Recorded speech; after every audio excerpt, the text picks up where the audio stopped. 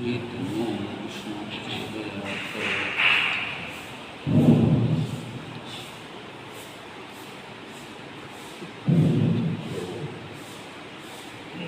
कृष्ण गोविंद हरे मुरारी हे नाथ नारायण वासुदेव।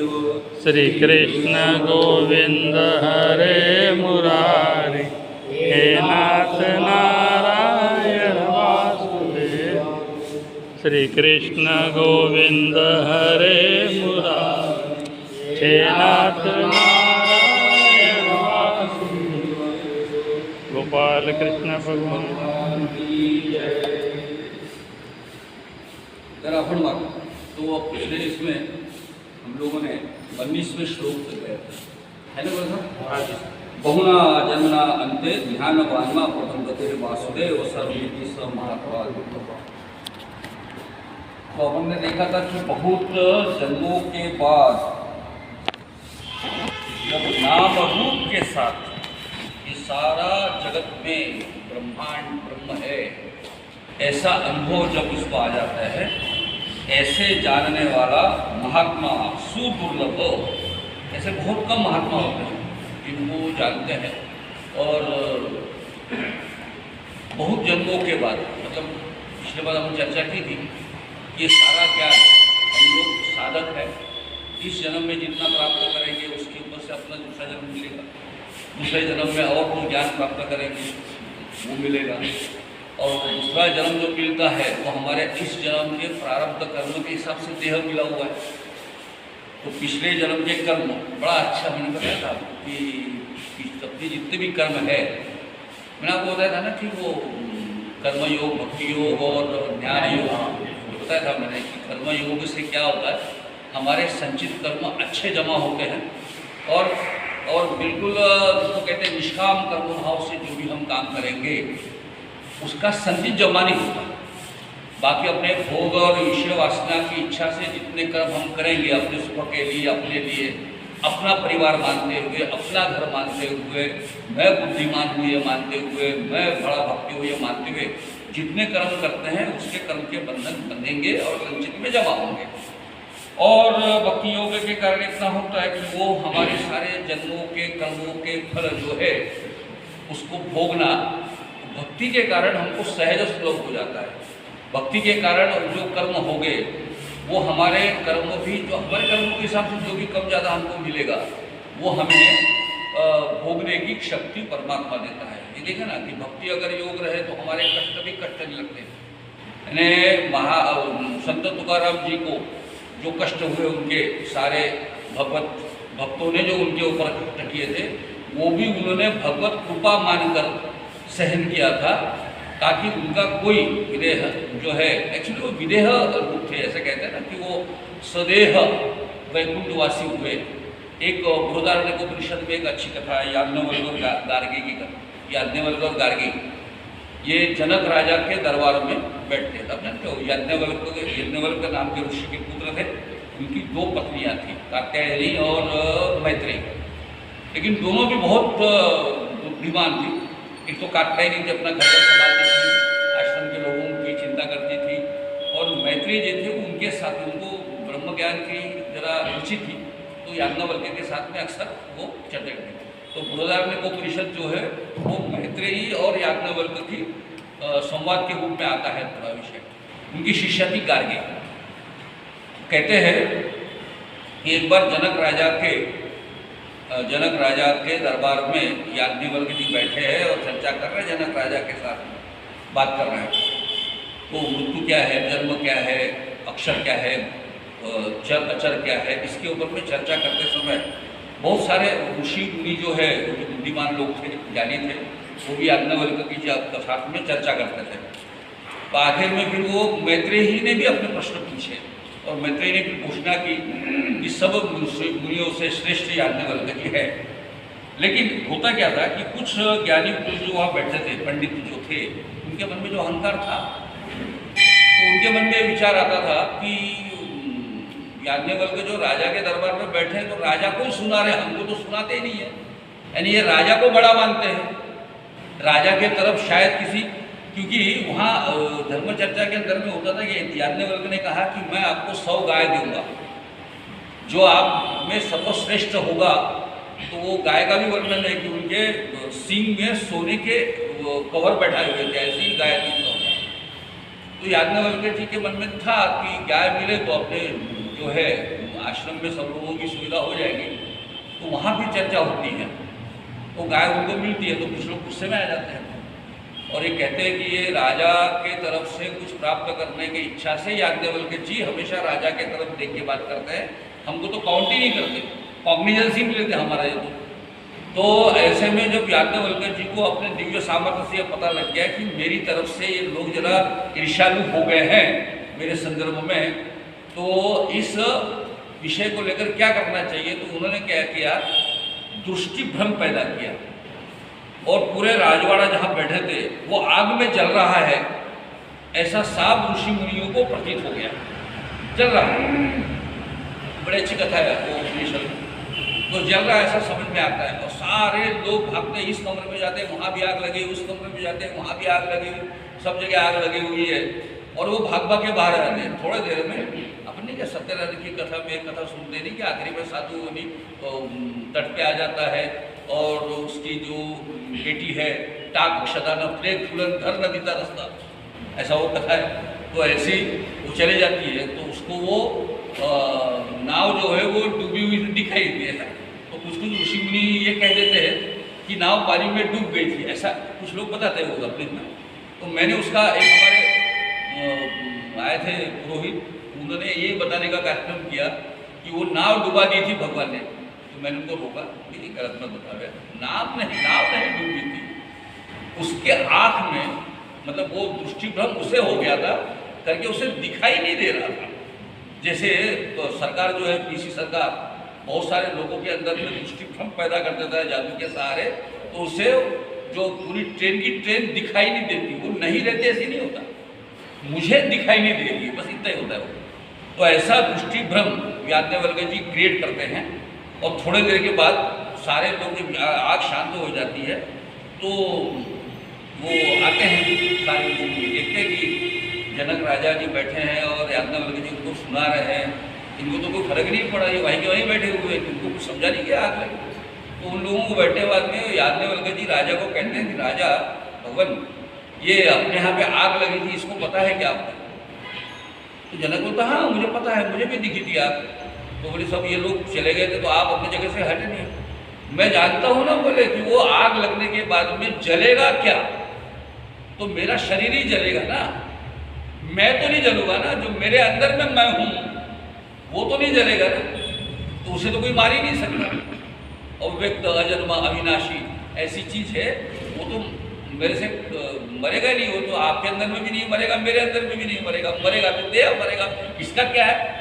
तब ऋषि मुनि को समझ में आता है करके जनक राजा को विदेह भी कहा जाता है, उनकी लड़की को वैदेही कहा जाता है, क्योंकि विदेह है जनक राजा जो है, उनका देह भान जो है वो इतना महत्वपूर्ण नहीं लगता कि वो देह की आसक्ति के साथ जुड़े हुए हैं करके उनको विदेह कहा जाता है। तो वैसे ही ये जो भगवान कहते हैं अर्जुन से कि ऐसे बहुत जन्मों के बाद मैं जन्म लेता हूँ और जो मुझे जानते हैं वह मुझे सही अर्थों में समझते हैं। उसके ऊपर का जो दूसरे लोग हैं उनके बारे में अगला 20वां श्लोक है, काम देह अपहृत धाना प्रबंधते अन्य देवता तम तम नियम आस्थाय प्रकृतिया नियता सुधाहा। स्वया क्या है कि पुत्र धन सत्ता लालच इसके इस विषय वासना के या विषय सुख की वासना के तहत ये विवेक ज्ञान जो है, मूलतः सांख्य योग में अपने को बताया भगवान ने ब्रह्मदेव ने सब लोगों को जो विवेक का ज्ञान दिया। विवेक का ज्ञान है तरतम भाव जो है, सत असत का ज्ञान। तो सत असत का ज्ञान वो है कि हमारी आत्मा सत है और शरीर असत है, ये ज्ञान जिसको हो जाता है वो विवेकी माना जाता है। तो ऐसे विवेक ज्ञान नष्ट हो जाने की वजह से अप्रहुत ज्ञाना प्रबंधते अन्य देवता, वो भी क्या करते हैं अपने प्रकृति के नियमों के नियमास्ताय प्रकृतिया, प्रकृति के नियम के हिसाब से वह अलग अलग देवताओं की पूजा करते हैं। ऐसे अलग अलग मुझे छोड़ देते हैं, अपना कामना पूर्ति के लिए मुझे छोड़ देते हैं और अन्य देवताओं के साथ में वह देवता लगा देते हैं। तो ऐसे ज्ञानेश्वर माऊली ने बोला, आणि फळाची हवा हृदय कामा झाला निघावा, तयाची घसरी दिव्या ज्ञानाचा गेला। समझ में आ गया? कैसे काम की वजह से ज्ञान का दिवा बुझ गया, ऐसे उभवता अंधारी पडली, म्हणून पासीची माते चुकले, मेरे को भूल गए, ऐसे अंधे का अंधार, मग सर्व भावे अनुसरले देवता तरी, फिर मुझे भूल जाते हैं और पूरे देवता का अनुसरण करना शुरू कर देते हैं। आधीच प्रकृतीचे पायिक जरी भोगा लागे तो रंग, मग तेने लोलुप्य कौतुक कैसे नहीं भजत।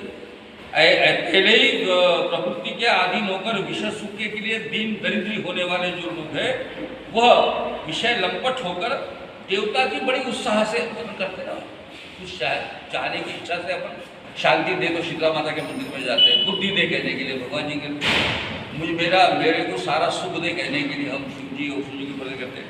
तो ऐसे उत्साह से करते हैं।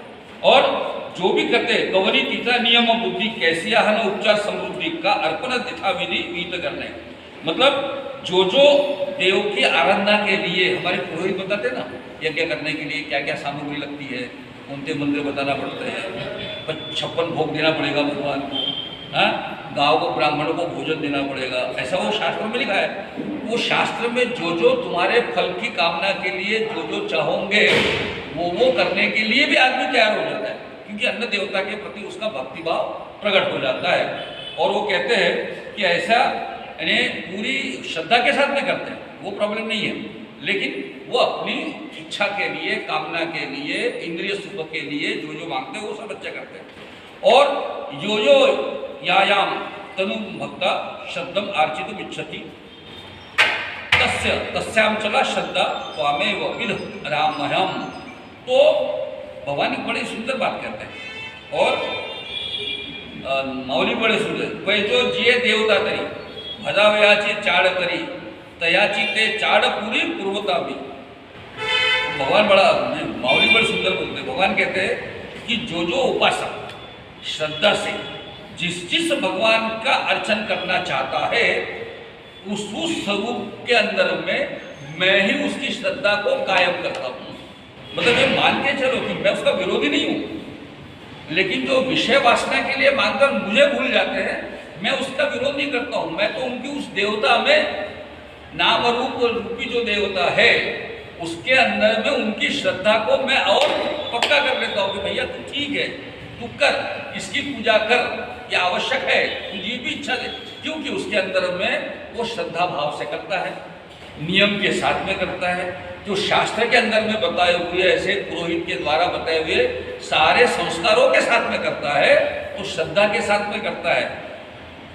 पै जो जिये देवतांतरी भजावयाची चाड़ करी तयाची ते चाड़ पूरी पूर्वता भी, मैं ही उसकी सारी जो इच्छा है वो पूर्ण करता हूँ। देवो देवी मीची पाही हाही निश्चय त्यासी नाही, भाव ते ठाई वेगळाला तरी।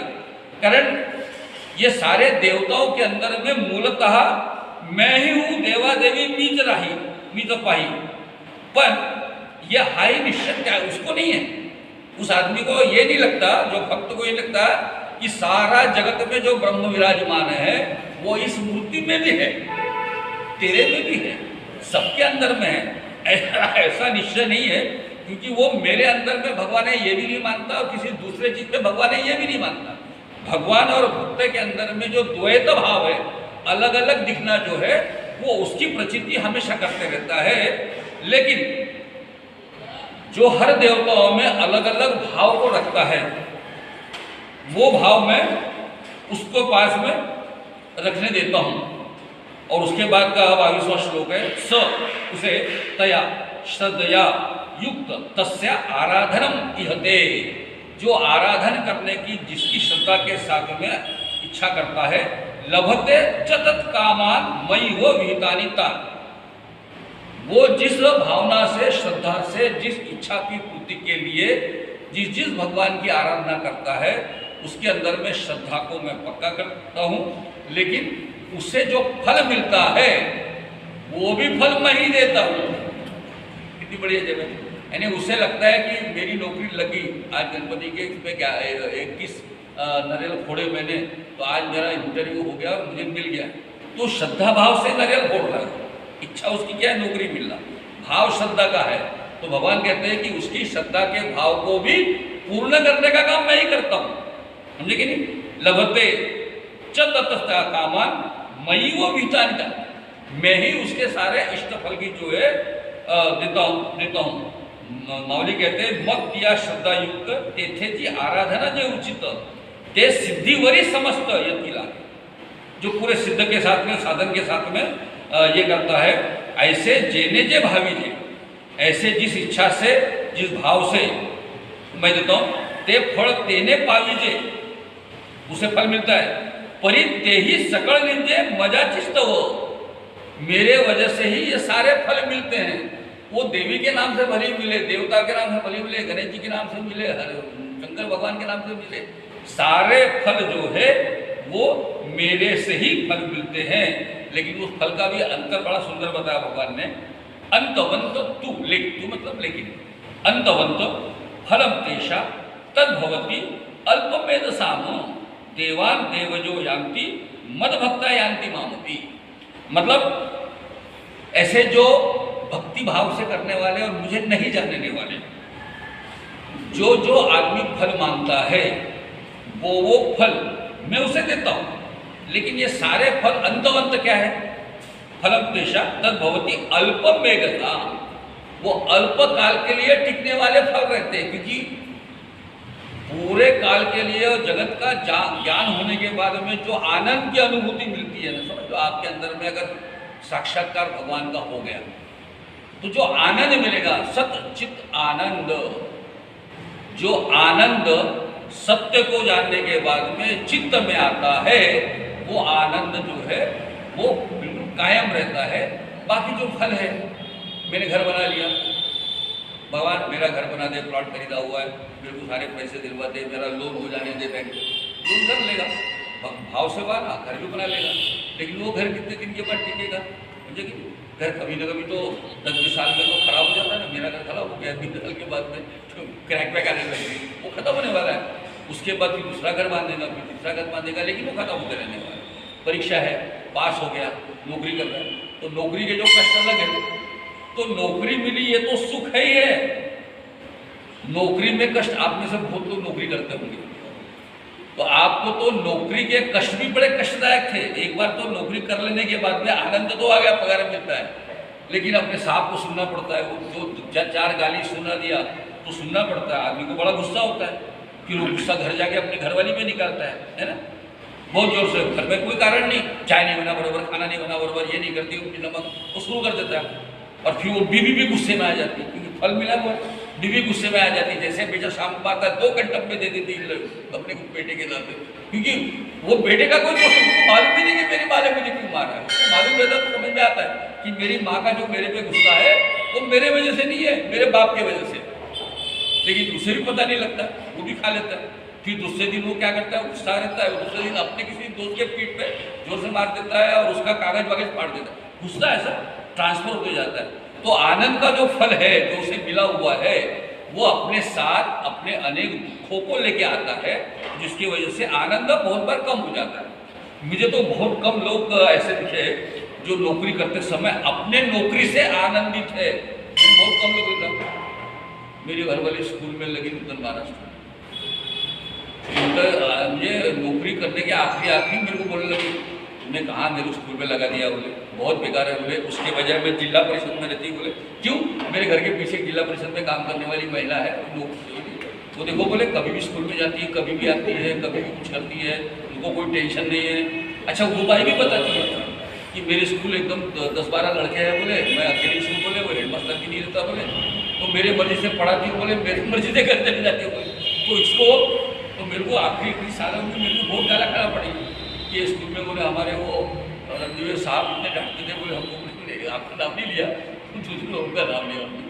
तो ऐसा है, यानी असंतुष्टता किसी भी आदमी को, नौकरी वाले आदमी को कहीं नौकरी में अरे बहुत परेशानी यार, दिन भर बड़े परेशानी, ऐसा ही कहने वाला आपको किसी भी नौकरी पेशा में रहने वाला आदमी दिखेगा ही दिखेगा। धंधे वाला धंधे वाला आखिरी में सुख में है, उसने पूजा वूजा करके तो बड़ी अच्छी दुकान बना लिया, धंधा भी आने लग गया, वो परेशान है क्योंकि एक आदमी आया, मेरा टीवी तुमने दे दिया और टीवी खराब हो गया। अब ये परेशान क्योंकि जिस आदमी को जो टीवी को दुरुस्त करने वाला है वो अपने किसी इसमें काम में चला गया, मैयत में चला गया, तो 2 दिन नहीं आ रहा, तो सामने वाला आदमी इसको गाली दे रहा है, ये उसको बता नहीं पा रहा है कि मेरा वो आदमी नहीं आया है ना। तो ये सारी परेशानी रहती है हर एक धंधे में, पढ़ाई में, राजनीति में आदमी सादा रहता है कि मुझे इच्छा होती है एमएलए बनने तो खुश रहता है क्या, मैं मंत्री बनूंगा, फिर मंत्री में भी खुश नहीं रहता, कोई भी मंत्री खुश नहीं था, हर एक को लगता है कि मुख्यमंत्री जो है मैं मुख्यमंत्री बन जाऊंगा, समझे कि नहीं। तो अच्छा, अपने यहाँ भी कुछ लोगों के मन में इच्छा है कि भंडारा जिले का मुख्यमंत्री बन सकता है, लेकिन मैं जानता हूँ मुख्यमंत्री बनने के बाद में जितनी इस इच्छा से मुख्यमंत्री बनाने की इच्छा करते हैं वो सारे आगे जाके दुखी होने वाले, क्योंकि मुख्यमंत्री बनना अपनी अलग चीज़ है, लेकिन सब लोगों को सुखी करना बड़ा मुश्किल है। तो ये सारे जो फल है ऐसे जेने जे भावीजे ते थोड़ा देने पावीजे, जो भाव करता है वो फल मिलता है, परी नहीं सकल नीचे मेरे वजह मिलते हैं। और ये सारे जो फल है वो नाशीवंत है, इसलिए देवता का यजन करने वाले देव यजो यान्ति, देवों को यजन करने वाले देव को ही प्राप्त होते, और मद भक्ता यान्ति मामुखी, जो मुझे करते हैं, उपासना करते हैं, वो मेरे साथ जो आनंद है वो उसके भागीदार बन जाते हैं। किंबहुना ऐसे भजन ते संसाराचे ही साधन, एर फळ भोगते स्वप्न नाव भरी विषय,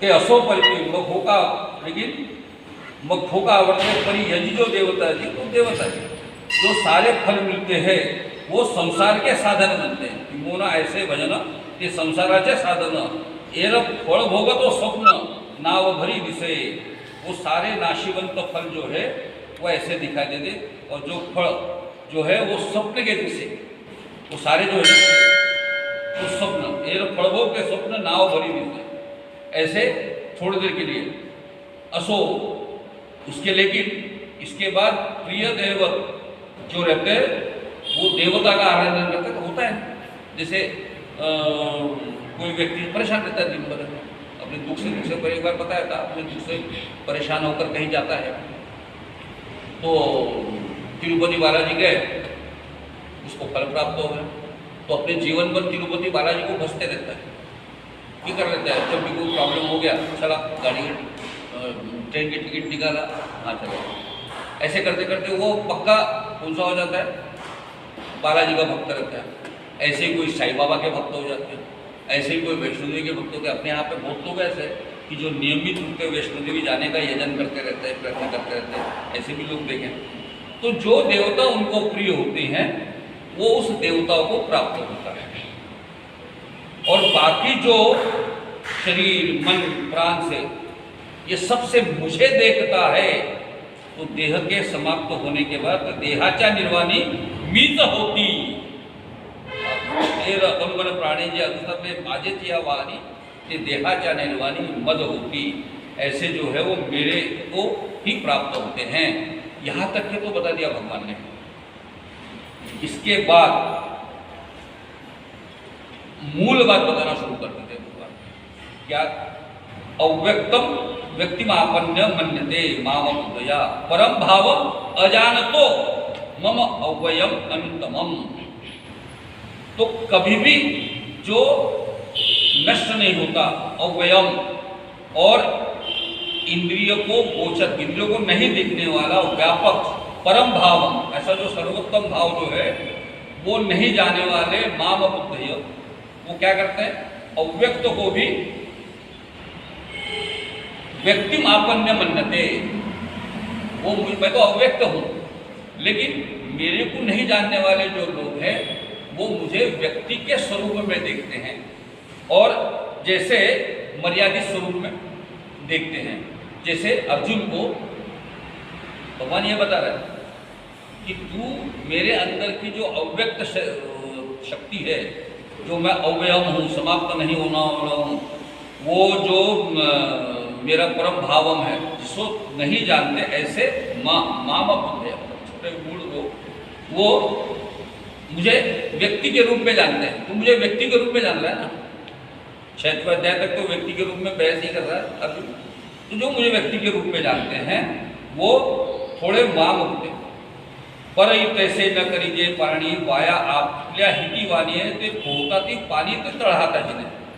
मुझे एक उन्होंने उदाहरण दिया कि जैसे मुझे नहीं जानने वाले लोग सिर्फ जो मेरे लिए वो जो होते वो सारे लोग जो है ऐसे होते हैं जैसे पानी हाथ में ले ले और सोच रहे कि इस पानी में मैं तैरूं। मुझे हाथ के ऊपर में लिए हुए पानी में तैरने की सोचने वाला आदमी वो होता है जो मुझे व्यक्ति के स्वरूप में देखता है। हे ऐसे कासवे करावे नाना अमृताच्या सागरी बुडीजे, मग तोंडाका वज्र पिठी पाडीजे आणि मनी तरी आठवीजे थिल्लर ओदकाते। मतलब अमृत के समंदर में डूबने के बाद में जो व्यक्ति अपना मुंह बंद कर लेता है, समझे कि नहीं, वह आदमी कैसा होगा? उसके बजाय वही अमृत को बड़े सुख से पिए होगा। अमृत में क्यों नहीं लेना चाहिए? वैसे ही तैसे फल हेतुता पांजरा सांडुनीय निर्धरा का प्रतिथि पारखी चिदंबरा घुसा गया। त्यापेक्षा उसके बजाय विषय सुख की इच्छा का ये जो पिंजरा है, अपना शरीर जो है ये पूरा विषय सुख का तैसे फल हेतु का पांजरा। क्योंकि हमको बड़ा देखो माऊली ने कितना अच्छा बोला ना, प्रारब्ध कर्म के वजह से हमको जन्म मिलता है। तो ये सारा जो पिंजरा मिला हुआ है हमको, देह मिला हुआ है, हड्डियों का ढांचा मिला हुआ है, वो सारा फल हेतु के कारण मिला हुआ है। पिछले जन्म में हमने जो जो फल की कामना की वो फल के कर्म के फल बंधे हैं। उस बंधन के तहत हमको इस जन्म में हमारा ये देह मिला हुआ है। तैसे फल हेतु का पांजरा सांडुनीय धनुधरा का प्रतीति पारखी चिदंबरा, यानी चिदंबर की प्रतीति को विमुख होकर इस देह से ऊपर पूरा चिदंबर है, उसको चिदंबर मतलब ये पूरे अंबर का जो चित्त है वह चिदंबर। ऐसे अनुभव के तैसे उंचावली पड़ा सुखाचा पैसा का जोड़े आपुलेनी सुनवाड़े जड़ोए। ये सब के उस पार जो फैला हुआ है, जैसे ऊंचावली पवाड़े सुख का पैसा का जोड़े, इसके ऊपर जो है उसको जानकर उसका आनंद करते हुए जो लाभ लेता है वही सही दया उपमा माप का सुआवे। मतलब मैं जो है उपमा से कल्याण हूँ, उसके पार हूँ। वो उसको एक आकार के अंदर में कैसे बंद कर रहे हो तुम? आकार में बंद मैं नहीं, मैं तो इस आकार से बाहर हूँ। तो इस अपरिमित चीज को परिमित कैसे करना? तैसे उपमा बा का सुवाले मजा अव्यक्त व्यक्त का माना है। मेरे से अव्यक्त को तुम व्यक्त क्यों मानते हो? सिद्ध असता का निमावे। आणि मैं वैसे भगवान ने मावली ने बड़ा सुंदर बोला, जो सिद्ध है मतलब सहज सिद्ध हो सकता है, उसे प्राप्त करने के लिए साधन करते करते क्यों मर रहे भाई? सिद्ध अस्ता का निमावे साधन वरी, मतलब मुझे प्राप्त करने का साधन जो भगवान ने बताया, जो ब्रह्मदेव ने अपने भक्तों को बताया था। मैंने आपको बताया था, यज्ञ बताया था क्या? 5 यज्ञ बताया था आपको, अभी पिछले में बताया था क्या कि ब्रह्मदेव ने सब लोगों को बुलाया। जब ब्रह्मदेव ने सारी सृष्टि निर्माण की, उस सृष्टि के साथ साथ सब लोग अहंकार में आ गए थे, विवेक दिया नहीं था। मतलब ये कल्पना भी बड़ी सुंदर है कि जब प्रारंभ के लोग थे, समझे कि नहीं, उनके पास ज्ञान नहीं था, वो ऐसे ही पशुवत जीना जीते थे। उसमें से कुछ लोगों को समझ में आया कि मेरी शक्ति है, तो उन्होंने वेद निर्माण किए, पूजन यज्ञ विधि निर्माण की और सारा कार्यक्रम कर रहे थे। लेकिन विवेक नहीं था। तो विवेक नहीं होने की वजह से आपस में लड़ मरे, सारे वर्ण श्रम करके जाति के अंदर में परिवर्तन हो गए। जैसे अपने यहाँ तो वर्ण है, अपने शास्त्रों में किसी ने भी तेली कुंडी कलार सोना ये बताया नहीं है। सब में ब्राह्मण वैश्य शूद्र यही बताया है। तो ये वर्ण सही है, लेकिन फिर वर्णों को हमने जातियों के अंदर में बांटकर, आप देखो ना मराठा और कुंभी आपस में लड़ मर रहे हैं। एक मराठे के लिए उपोषण करता है कि हमको कुंभी बोलो, और एक कुंभी बोलता है कि इनको कुंभी मत बोलो, इसके लिए कर रहे हैं, और दोनों लड़ रहे हैं। अच्छा, दोनों के अंदर में ये सारे राजनीतिक लोग परेशान हैं, हाँ? किसकी माने भाई? अच्छा, चुनाव आते आते देखा, चुनाव आते आते उस साल में आंदोलन की बहुत भूमिका शुरू हो जाती है, समझे कि नहीं? और विरोधी पार्टी में रहते रहते मैंने भी देखा चुनाव के समय आंदोलन शुरू करता था। उसका लाभ क्या होता है? आंदोलन का लाभ मिले न मिले, मैंने आंदोलन किया, ये जनता को बता के मेरे को सीट चुनने की इच्छा रहती था। तो मैंने एक बार बोला, मैंने तुम सब क्या कर रहे हैं आंदोलन में? अभी जिला परिषद के चुनाव है ना, तो मेरे एरिया के लोगों को लेकर अगर मैं नहीं जाऊँगा कलेक्टर के पास, यानी सामने वाले का भला हो न हो इससे मेरे कोई मतलब नहीं है, मैं आपके लिए भला करने के लिए दौड़ धूप कर रहा हूँ, ये लोगों को समझे इसके लिए करना पड़ता है। अब बैनर वैनर दिखे नहीं आप, बैनर देखते बड़ा समझ में आ जाता, अच्छा इसका बैनर लगा है क्या, अच्छा ये भी लड़ने को इच्छुक है। यानी जब तक बैनर नहीं लगा तब तक पता ही नहीं चलता कि कौन कौन लड़ने वाला है, लड़ने लड़ने समझ में आता है। तो ऐसा है, तो ये सारे साधन करने की बजाय जो मूल साधन है इसको सहजता से प्राप्त कर सकते हैं। इसलिए ब्रह्मदेव ने भी 5 यज्ञ बताए हैं। तो पहला यज्ञ जो है वो देव यज्ञ, जो यहाँ पे इसका वर्णन आ रहा है कि देवों की पूजा करो। तो देवों की पूजा करने में मेरे को इतराज नहीं, भगवान कहते हैं मैं तो तुम्हारे अंदर में देव की पूजा करने का जो भाव है उसको मैं दूर कर देता हूँ। ठीक है, तू देवता की पूजा कर, श्रद्धा भाव से कर, वो श्रद्धा भाव भी तेरे अंदर में मैंने डाला हुआ है। भगवान कितनी बड़ी बात बोलते हैं, भाई मेरे ही डाला हुआ है, और वो श्रद्धा भाव से पूजन करेगा तो तेरे को जो फल मिले वो फल भी मैं ही दे रहा हूँ, समझे कि नहीं? तो ये देव यज्ञ, देवों की पूजा करो। तो देवों की पूजा करते करते श्रद्धा भाव का निर्माण होता है। और उसके बाद एक दूसरा यज्ञ बता दिया है पितृ यज्ञ, हमारे पितरों की पूजा हर वर्ष जो करने का है। अब ये काल तो है, ये काल में पूजा करने की है, तिथि पे करो या आखिरी तिथि में नहीं जमा तो आखिरी अमावस्या के दिन कर दो। तो सारे पितरों की पूजा, क्योंकि हम इस धरती पे आए ही है हमारे पितरों का अंश लेकर, जो भी 10, 20, 30 पीढ़ियों से हमारे अंदर में वो जो पितरों का अंश अभी भी बाकी है, तो हम उसकी पूजा करते हैं, मतलब हमारे अंदर में उसी अंश की पूजा का साधन वो करते हैं। तो ऐसा वो पितृ यज्ञ होता है। फिर भूत यज्ञ, गैया को रोटी खिलाना, कुत्ते को रोटी खिलाना, पेड़ को पानी देना, ये सारा भूत यज्ञ है। तो जो जो भूत है, भूत मतलब चराचर सृष्टि के अंदर में जीव जो है उनको हम भूत कहते हैं। तो उस भूतों की पूजा करना ये भी भूत यज्ञ है, वो भी हमको करने के लिए बताया है श्रद्धा के साथ में। और तीसरा चौथा है समष्टि यज्ञ। समाज के अंदर में जो लोग हैं वो मेरा ही रूप होने की वजह से तू समाज के लोगों की चिंता कर निष्काम भाव से, यानी मुझे जानकर, मैं ही उनके अंदर में वो जानकर सारे समाज के अंदर में ज्ञाति भाव, रिश्तेदारी, सबकी चिंता करनी है ना। तो चिंता सामने वाले के भला हो ये चिंता करना, ये भी एक यज्ञ बोला गया है, इसको समष्टि यज्ञ कहते हैं। और 5वां है ब्रह्म यज्ञ, मतलब आज जो हम कर रहे हैं ये ब्रह्म यज्ञ का भाग है। हम शास्त्रों के विचार है, धर्म शास्त्रों में लिखा हुआ है, हमारे गुरुओं ने जो बताया हुआ ज्ञान उसको प्राप्त करना ये ब्रह्म यज्ञ है। तो ऐसे 5 यज्ञ बताए हैं जिसके वजह से आप परमात्मा को प्राप्त करने की दिशा में चल सकते हैं। आपको अपने स्वरूप का ज्ञान हो जाता है, मेरा स्वरूप और परमात्मा का स्वरूप का है, इसका भेदा भेद जिसको है, मतलब मेरे शरीर में जो आत्मा है वो शरीर से अलग है ये भेद, और यह आत्मा उस परमात्मा का भाव है वो अभेद।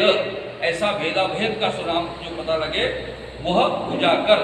ऐसे मुझे नहीं जाने वाले जो बुद्धि लोग हैं वो बड़ा सुंदर बोल रहा, परिहा बोला आगवागा जरी विचारते से पांडवा तरी विशेष या जीवा न छोड़ देगा। लेकिन अब तेरे को क्या बताओ, भगवान अर्जुन से कहते हैं कि तेरे को क्या बताओ, ये मेरा जो सारा बोलना है ये तो विचार करने लायक है, परि विशेष या जीवा में न चोजेगा। लेकिन विशेष जो बात बता रहा हूँ ये लोगों को चोजवे मतलब पसंद नहीं आ रहा है। क्यों नहीं पसंद आ रहा है इसका भी उत्तर अगले श्लोक में दिया है। इनको पसंद नहीं आता। ना अहम प्रकाश सर्वस्य योग माया समावृत्त मूढ़ोयम ना अभिजानाति लोको मामजम अव्ययम। लेकिन योग माया से, मतलब प्रकृति की जो माया है वो प्रकृति के माया से आवृत्त, योग माया समावृत्त वो लोग मुझ मूढ़ो मतलब अज्ञानी, ना अभिजानाति लोगो, मामजम मतलब मुझे अजन्मा, अव्ययम ऐसा जो जन्म रहित अविनाशी है वो योग माया से आवृत्त होने के कारण ना अहम जानाति ना अभिजानाति ऐसा। काजे योग माया पटड़े हे जाले आहाती आंधळे, मनोनी प्रकाशाचानी देह पड़े न देखती माते। ऐसे योग माया के जल से वो अंधे हो गए। एरवी भी नसे ऐसे काय वस्तुदात से पाहे पा कवन जड़ से रहता है। लेकिन मैं नहीं हूं ऐसी कौन सी चीज है? पाहे पा कवन जड़ से पवन कवनाते न शिवेची, आकाश के न समयची, हे असो एक मीची विश्विया है। मतलब जहां मैं नहीं हूं ऐसी कोई चीज ही नहीं है। पाहे पा कवन जल, जल के अंदर में रस रहता है, पवन के अंदर में स्पर्श रहता है, हवा के अंदर में, आकाश के अंदर में तो सारे चीज जो है वो सारा उसके अंदर में है। और कौन सी चीज नहीं, ये आकाश जो है अपन जिसको आकाश कहते हैं, अपने आसमान के ऊपर देखते हैं हम लोग तो नीला दिखता है, लेकिन ये नीला भी भ्रम है। आपको बता रहा हूँ ये नीला इसलिए दिखता है कि आपने एक बार पूछा था ना मुझे कि ये वैक्यूम जो वैक्यूम है पूरा ये है, तो हाँ आपने एक सवाल पूछा था मुझे ये खाली है ऐसा पूछा था ना आपने। तो भगवान ये कहते हैं कि ये खाली नहीं है। इस पृथ्वी के ऊपर में जो वातावरण है बिल्कुल पक्का ऐसा वातावरण है, उसके अंदर में सूरज की किरणें जाती है तो उस वातावरण में जो ईथर है उसका रंग हमको नीला दिखता है करके आकाश नीला दिखता है। आकाश नीला नहीं है। आप अगर मैं भी बहुत लोग अपने यहाँ के लोग फॉरेन में जाते हैं, मैं भी 4-5 देशों में घूम के आया, तो उससे दूर देश जाने वाले प्लेन जो है ये अपने जो प्लेन है वो ये नीले के अंदर में रहते हैं। लेकिन अपन जो दूर जाते हैं जापान पर तो वो प्लेन जो है वो इसके ऊपर जाता है। तो ऊपर जाने के बाद में नीचे देखो तो पूरी सफेद बादलों की चादर रहती है। उसकी वजह से मेरे को पता लगा कि इतनी चादर तो थी नहीं यार। मैंने बोला नीचे से अपन देखते हैं तो बादल ऐसे, तो मुझे वहाँ ज्ञान हो गया कि ये चादर जो है हम जिसे नीला देखते हैं वो नीला नहीं है, उसके ऊपर जाने के बाद में ऊपर से वो सफ़ेद दिख रहा है जब, क्योंकि सूरज का प्रकाश उसके वजह से रिफ्लेक्ट तो सफ़ेद दिखता है। और जैसे जैसे ऊपर जाऊँ मैं वैसे वैसे पूरा व्योम जो है वो अंधेरा है, ब्लैक है। जो सूर्य को अगर जो अवकाश में जाते हैं ना, जो स्पेस स्टेशन पे जाते हैं, वो तो अंधेरे में रहते हैं। इतनी सी पृथ्वी दिखती है, इतनी सी सूरज दिखता है, चांद दिखता है। तो ऐसा जो है वो आकाश जो है यही नहीं है। आकाश कायम में भी भरा हुआ नहीं है, ऐसा सब जगह है। ऐसा है असो एक मिची विश्वा है, मैं ही अकेला हूँ। तो भगवान आगे बताते हैं कि वेदाहम संहितानि वर्तमानानि च अर्जुन भविष्यानि च भूतानि मातु वेदन कश्चन। मैं जानता हूँ, अहम वेद मतलब मैं जानता हूँ क्या, समतितानि वर्तमानानि, जो पहले हो गए वो भी, जो आज है वो भी, और भविष्यानि च भूतानि, जो भविष्य में होने वाले हैं वो ही सारी भूतरुष्टि मैं जानता हूँ। वेदाहम मैं जानता हूँ, मातु वेदना कश्चन, लेकिन ये जो लोग नहीं जानते।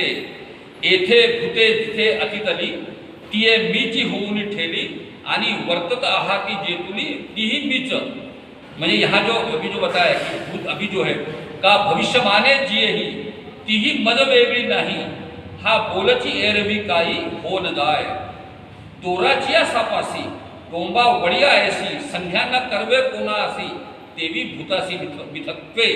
मतलब मिथ्या क्या है, जैसे रात के अंधेरे में अगर किसी रस्सी को पकड़ लिए तो अपने इसमें बहुत उदाहरण में आते सारे, उसे सांप लगता है तो सांप उसके मन में ऐसा लगता है कि एक सांप का जो जहरी होते क्या क्या धामन, कोई धामन मानता है, कोई नाग मानता है, कोई घोलस मानता है, कोई अलग अलग सोचते हैं हाथ में पकड़ लेने के बाद में।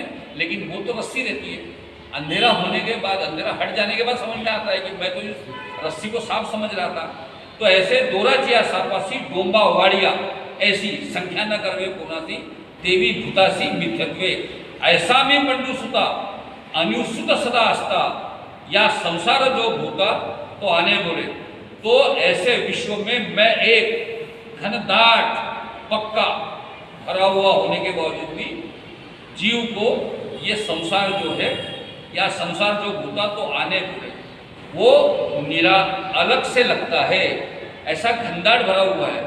अनुसूत सदा अस्ता या संसार जो भूता, और इसलिए परमात्मा एक अद्वैत स्वरूप है और कोई अन्य स्थिति नहीं है।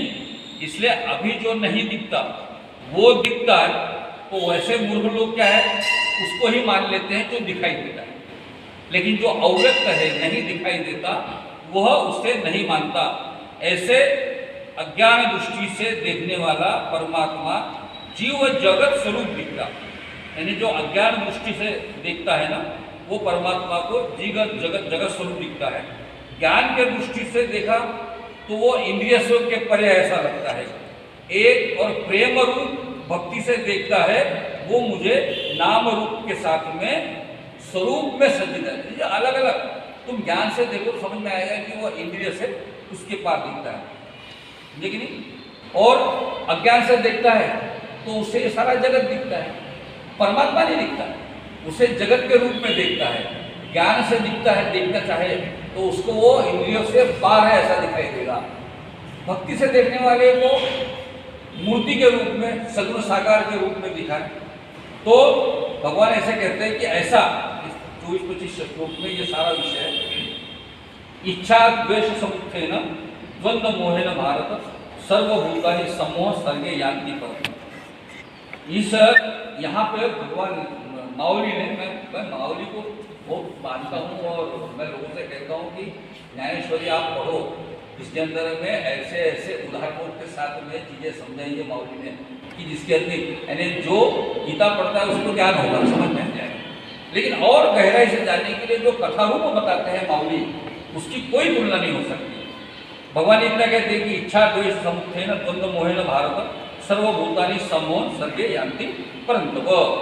वो सारी सृष्टि उत्पत्ति के समय राग द्वेष से जो कोई द्वंद्व उत्पन्न हुआ है, सुख दुख इच्छा देश समुत्थेन द्वंद्व मोहेन, ऐसा द्वंद्व हुआ, ऐसे सर्वभूतानि सम्मोहम सर्गे यान्ति परन्तप। सृष्टि के साथ सर्वभूतानि सर्ग के समय जो सम्मोह पैदा होता है वो अविवेक संपन्न रहता है। आता तरी तेजी आता थोड़ी सी। अब यहाँ सुनो, इसके बाद ज्ञानेश्वर मौली का आनंद लो आप, जो मैं आपको बता रहा हूँ। तरी तेजी आता थोड़ी सी गोठी सांगी जगह परी ऐसी, थोड़ी सी कथा बताता हूँ। जेत अहंकार तनुसी वालव्य पाड़ेले, बड़ा सुंदर है। अहंकार तनुसी वालव्य, देह अहंकार का प्रेम जुड़ता है। देखो अहंकार का प्रेम के साथ में संबंध हो गया तो उसमें क्या करता है, उसका प्रेम हो गया, शादी हो गई। अहंकार तनुसी वालव पाड़ेले, इनकी दोनों की शादी हो गई। तेत इच्छा है कुमारी झाली, तेत इच्छा है कुमारी झाली, मग ते कामाची तारुण्य आली, तेथ द्वेषसी मांडली वराडी कर। अब उसे क्या हो गया, अहंकार और देह का प्रेम जुड़ गया, उससे क्या हो गया, इच्छा नाम की बच्ची पैदा हुई, कुमारी झाली।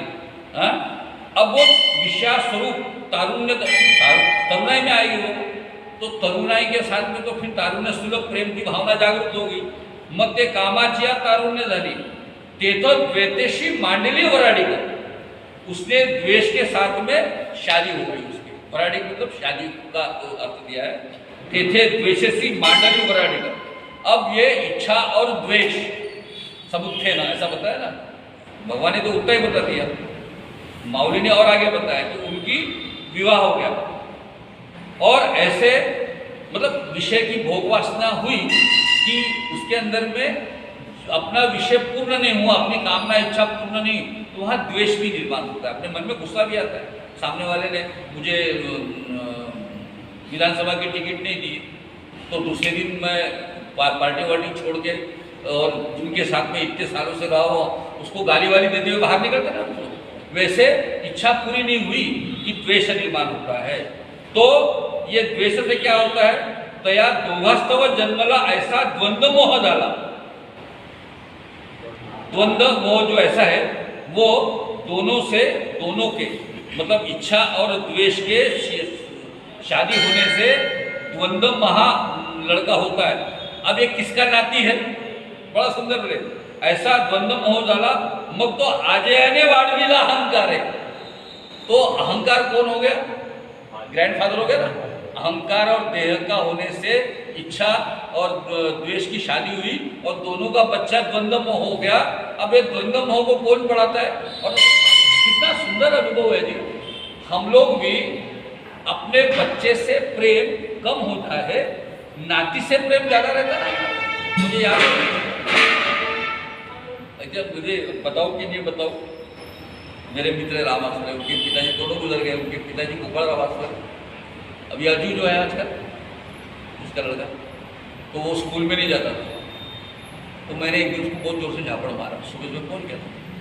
तो गोपाल रामास्वर मेरे भी इतने चिढ़ गए थे, मारा कोई अधिकार नहीं, अपने मजा ला मारा मारा। फिर अपने गोली में लिया, गोपाला गोपाला गोपाला करके स्कूल में जाने नहीं दिया। स्कूल में जाने के समय उसको लाड़ प्यार से रुका देते थे, स्कूल नहीं जाता था, पढ़ाई नहीं करता था। अभी अच्छा काम कर रहा है, लेकिन वो जो भी कर रहा है उसके आजे ने जो कमाया हुआ उसके हिसाब से कर रहा है बेचारा। तो पढ़ाई लिखाई में बहुत कमजोर था। तो क्यों होता है, आजे आने वाढ़वला। मुझे भी अनुभव है ना, मैं भी, मेरे मन में भी नागपुर जाता हूँ तो मेरे नातिन को यानी दिन भर मेरे को बहुत सारे काम रहना तो नातिन के साथ रह जाता, भूल जाता हूँ सारे काम। तो ऐसा आजे आने वाढ़विला अहंकारे, इन दोनों से। अच्छा आगे क्या है, तो धृतीसी सदा प्रतिकूल नियमाही नागवे स्थूल आशा रसे दोन दिल। म्हणजे ऐसे वो जो बच्चा है द्वंद्व मोह नाम का, जो अहंकार के आजे ने बढ़ाया हुआ है, वो कैसे होता है, तो धृतीसी सदा प्रतिकूल, वो सारा धैर्य उसके अंदर में नहीं है। धृति जिसको बोलते हैं ना, धीर नहीं रहता, वो द्वंद्व मोह रहता है। तो वो क्या बोलते हैं, धीर नहीं रहता, ये चाहिए वो चाहिए। ऐसे आशा रस से दोन दिल, ऐसे आशा के रस से, इच्छा से, कामना के, आशा से, रस से बहुत नियम, ऐसे दोन दिल मतलब ऐसा बहुत मोटा हो गया। नियमाई नागव्य स्थूल, वो नियम को बिल्कुल मानता नहीं। और फिर असंतुष्टीच्या मदिरा मग बोहरी धरतुला विषयाचे बोवर विकृतीसी असे। फिर वो क्या करता है, ऐसे असंतोष रूपी मदिरा, वो असंतोष की मदिरा से पीकर विषय के खोली में विकार रहित, विकार रूपी स्त्री के साथ में रहता है। मुझे माऊली ने कितने उदाहरण दिए, ते असंतुष्टीच्या मदिरा मत्त होनी धनुरा विषयाची बोवरा, विषयाची मतलब विषय के रूप में रहने, खोली में रहने वाला, विकृति से असे, विकृति के साथ में शादी कर लेता है, उसके साथ शादी नहीं करता, उसके साथ रहता, विकारों के साथ रहता। एने भाव शुद्धीच्या वाटे विखुरले विकल्पाचे काटे मग चिरेले अवाटे अपप्रवृत्तीचे। वहाँ शुद्ध भावना और शुद्ध श्रद्धा के सड़क पे विकल्प के, अश्रद्धा के कांटा जो है वो फैले हुए रहते, और वहाँ से शास्त्र शुद्ध जिसको कहते हैं वर्तन के जो है वो उसमें उसके फाटे फूटते। मग चिरिले आवाटे अपप्रवृत्ती के तेने भूते भांबावली मनुनी संसाराच्या आडवा माझी पडली मग महादुखाच्या घेतली बोझे तरी।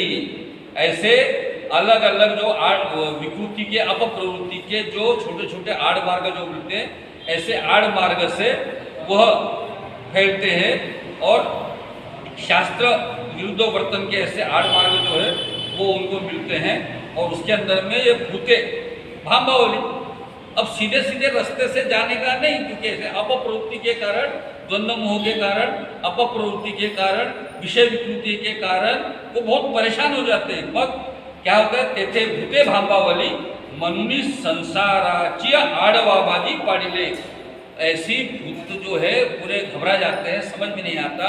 और होता क्या है, वह भी संसाराची आड़वा बाजी पाड़ेली, संसार रूपी जंगल के अंदर में फंस जाते हैं और उसके बाद में परम दुखाचा घेरनी पूजे, और फिर परम दुख के डंडूके से उनके ऊपर में बहुत मार पड़ता है। ऐसी जो है कथा बताते हैं। तो ऐसा है। फिर उसके बाद उनका जो कहना है वो कहना, अच्छा 5 मिनट लगे। यथा तत्वगत पाप जानना, ऐसे पुण्यशील लोगों के पाप खत्म होने के बाद में द्वेष दंड मोह से मुक्त हो जाते हैं।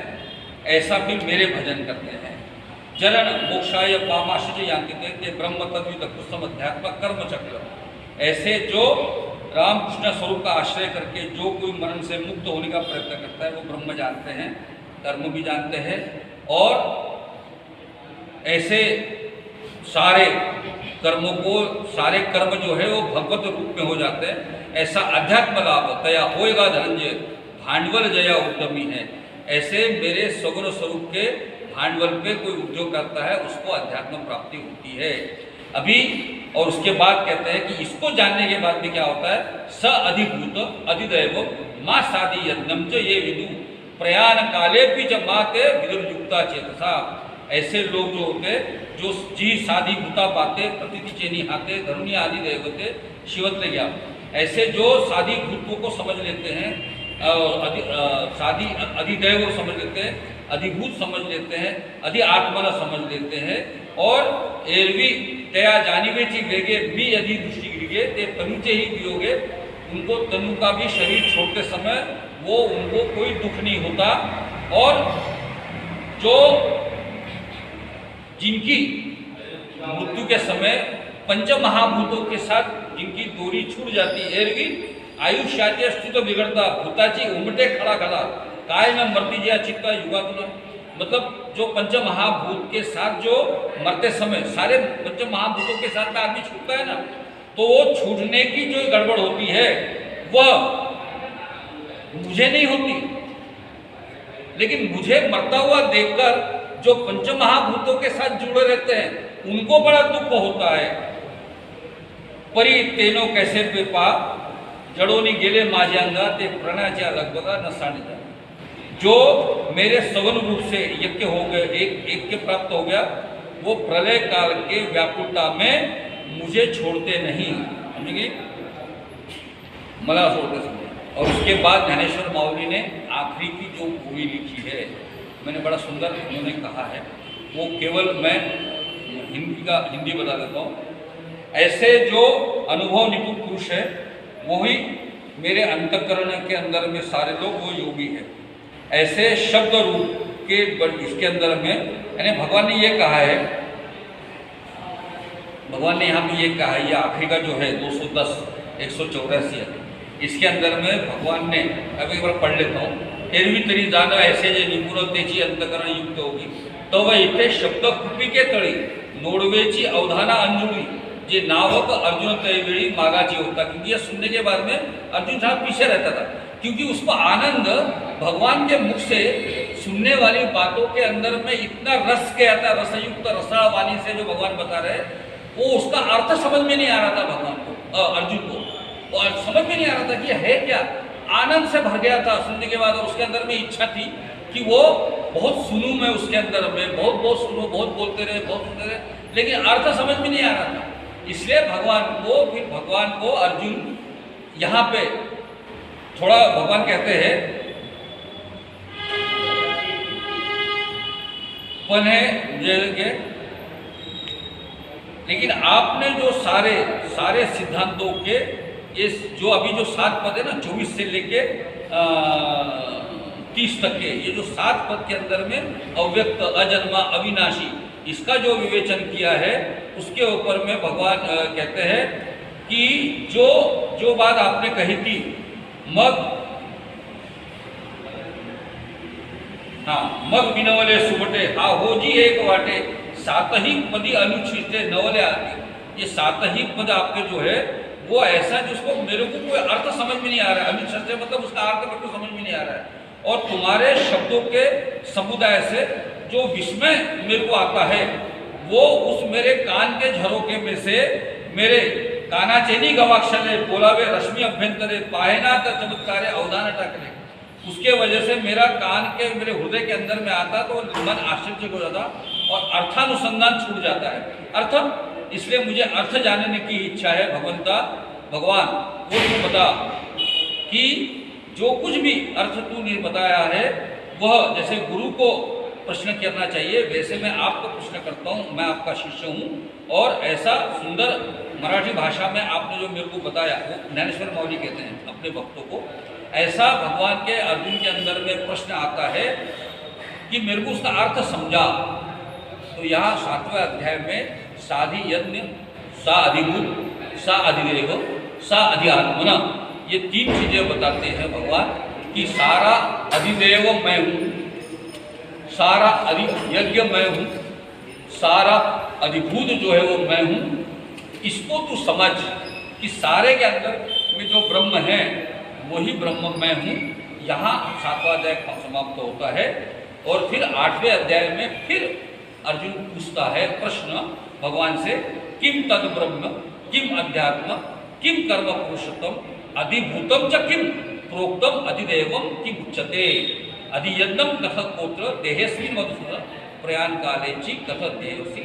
मतलब अर्जुन प्रश्न पूछता है ब्रह्म क्या है, अध्यात्म क्या है, कर्म क्या है, अधिभूत क्या है, अधिदेव क्या है, अधियज्ञ क्या है, ये देह में वो कौन है, और मरते समय तू ऐसे जितेंद्रिय पुरुष के प्रयाण कार्य जब देवसी नेता तू कैसा जाना जा सकता है।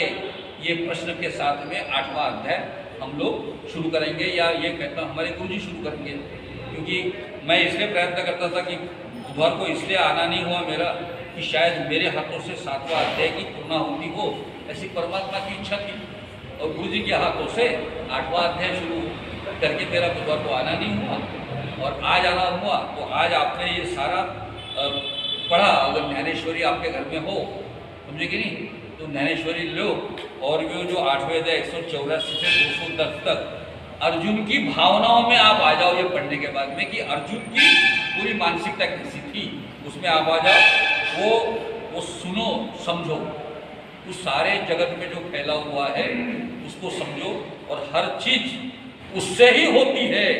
हम पूजा भी करते हैं तो उसकी इच्छा से, पूजा में जो फल प्राप्त होता है वो भी उसकी इच्छा से।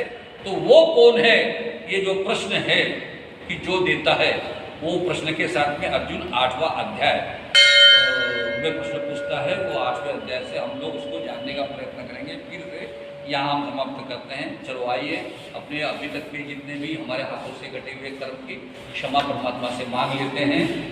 नाम संकीर्तनम यस्य सर्व पाप प्रणाशनम प्रणामो दुख शमनम तन्नमामि हरि परम। नाम संकीर्तनम यस्य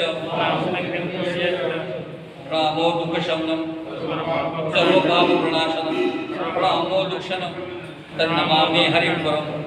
नाम संकीर्तनम यस्य सर्व पाप प्रणाशनम प्रणामो दुख शमनम तन्नमामि हरि परम। आरती करेंगे। आरती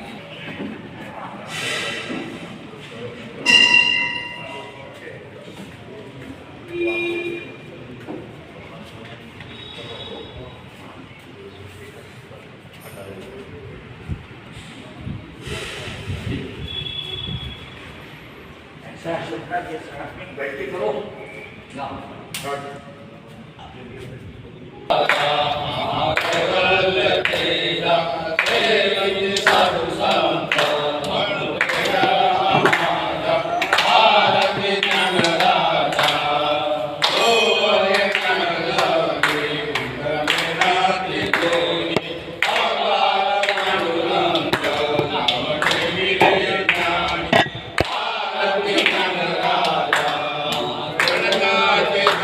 you.